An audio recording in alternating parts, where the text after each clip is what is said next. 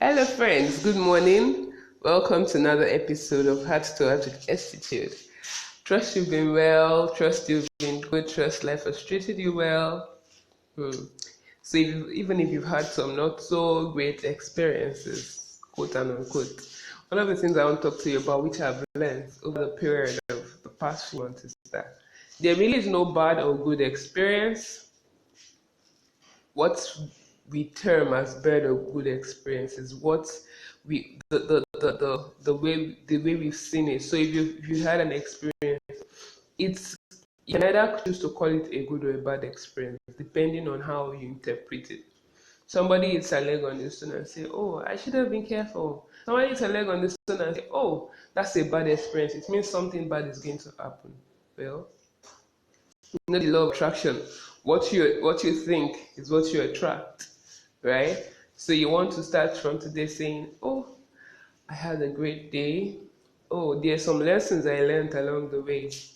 You know, this is one of the ways to actually live a simpler and less complicated life."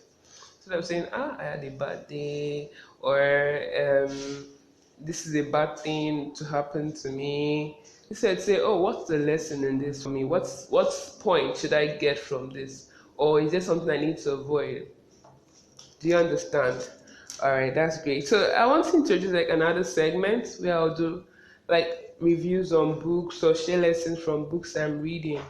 So I'm currently reading my the book The Monk Who Sold His Ferrari by Robin Sharma, and the book has been amazing. Robin is a very good writer.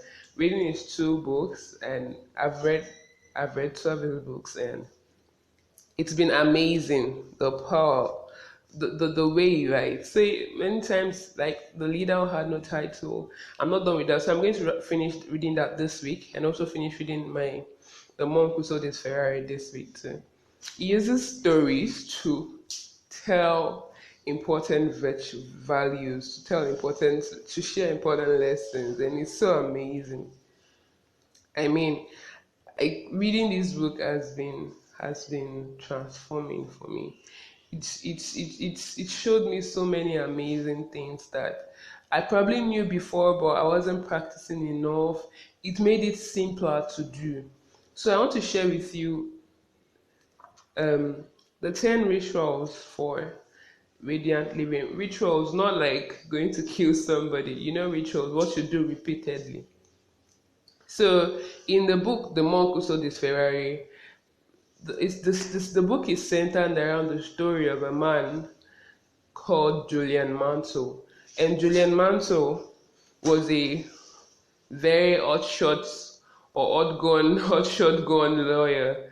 You get? He was doing great in his career, graduated from Harvard Law School. He had gone through the ranks in the legal profession until life began to take its toll on him. And one day he collapsed in the courtroom due to an heart attack.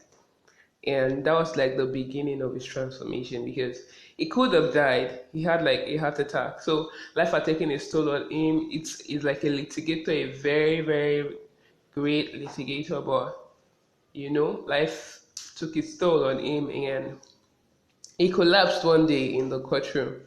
He had a heart attack. So taken to the hospital, the doctor told him, "It's either you stop this your fast driven life and find somewhere solitude to go to rest and recuperate, or you die." Right? So he chose to retreat from his fast-paced life. So he had a Ferrari, a very priced Ferrari. He was thinkingly rich, like it was great. He was good at his career. He had his career going for him. But his health, his life in general, his wife had left him, I think, if I remember clearly. His personal life was not all that was great, right? He hates with at the best restaurants, cool, but he wasn't healthy and all of that stuff. Was typically the great American guy doing so good in his career, but missing out in other aspects of his life. So he decided to take a break without even informing so many people, and he went to the east. Long story short, He stumbled upon the monks. He sold his Ferrari, yeah. He sold all his prized possessions and traveled to the east. He met with monks. They called the savage the sages of Sivana, the sages of Sivana. So he met with them, and his experience changed his life, like literally changed his life. So what about Julian? The story centers around Julian and the lesson. So he came back, right? So he met the sages. They taught him their principles, how they've been able to live long, the secrets to personal leadership, self mastery, and all of those great stuff. And he came back to, because he promised them he was going to come and teach others these principles. So he came back to where he was from, met with the lawyer that was an intern with him long ago, that also going to be another great legal person, and he began sharing his story. So the book really started with this, like the real deal of the book started with Julian's story through the east until he met the sages of Sivana, and how that transformed him. The guy that was robust, that was big, that was, fat and all, was like the lawyer, his former intern couldn't recognize him, was youthful, fit, trim, and exuding vibrancy. And the guy was interested. Tell me about your experience. How did this happen?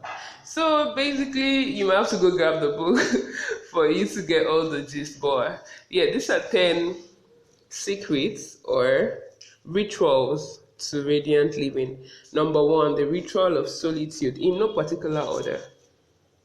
I'm planning to actually, because I read this chapter like today, chapter 9, and there are 13 chapters in the book, and it had 10 rituals. I'm planning to like arrange them in the order that I'll be able to practice. So there are 10, I'll mention them. The ritual of solitude, that's somewhere between your 24 hours of your day. Find at least 15 minutes to just be silent, to meditate, to just be. Does that make sense? We are so busy running about trying to do things and all that we don't have time for us. We wear out. So instead, in the midst of your old 24 hours, 6, 7, 6, 8 hours of the week, find at least 15 minutes a day and just be. Preferably in a quiet place. You could meditate. There's a principle called the art of the rose in this book. You might have to get the book. It's not paid anything, but it's a great book, so I'm recommending it. Practice just being. Focus on your breathing. Meditate, right? Then there's the principle of early awakening. It's this principle is about sleeping less, not really sleeping less, like not sleeping excessively. The average person will survive 6 hours, like on 6 hours of sleep. But this is to sleep like 8 hours, 9 hours. Instead, sleep early. And before you sleep, what do you watch? You watch the news, is your mind bothered, or you just play classical music before you sleep. Sleep early. Then the principle number 3, the principle of physicality. This is like exercising your body. So there's this principle of Kaizen.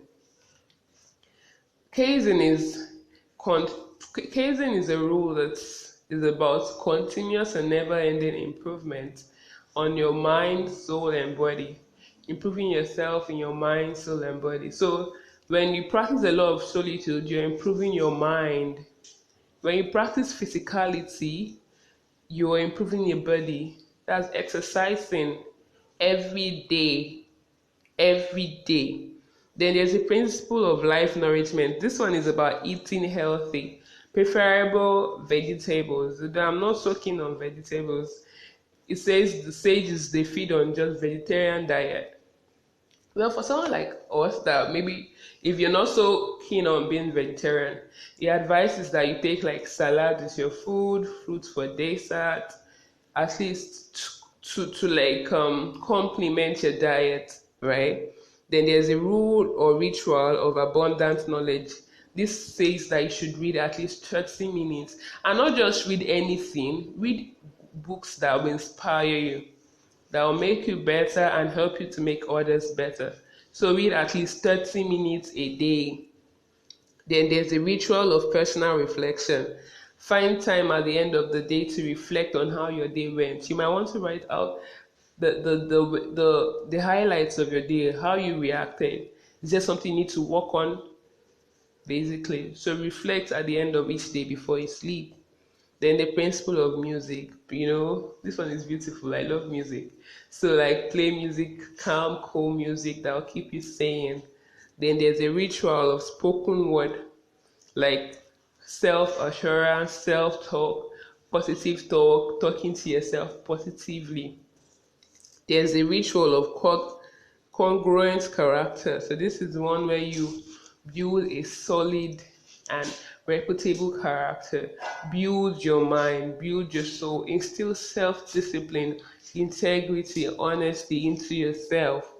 Then the final one is the ritual of simplicity. This ritual requires you to live a simple life.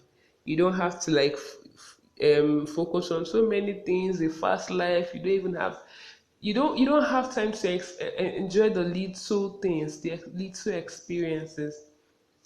So as you go about life, you have so many things to do. Just let these 10 rituals guide you. I'll go over them again. The ritual of solitude, early awakening, physicality, life nourishment, abundant knowledge, personal reflection, music, spoken word, congruent character, and simplicity. I wish you guys like a beautiful life, a life of peace, a life of fulfillment, a life of happiness. And to achieve this, you must first work on the inner you. First work on the inner you. You want to make money, great, but first work on the inner you. Build your strength of mind, build inner courage, build mental toughness first. This will help you to achieve, unlock that maximum potential within you. I hope you understand. It's been great talking with you guys today again. I hope to share more of my book with you, my books that I read with you. If you have any book you're reading, you can let me know. I wish you an amazing, amazing, amazing life. Lots of love from me to you. Bye.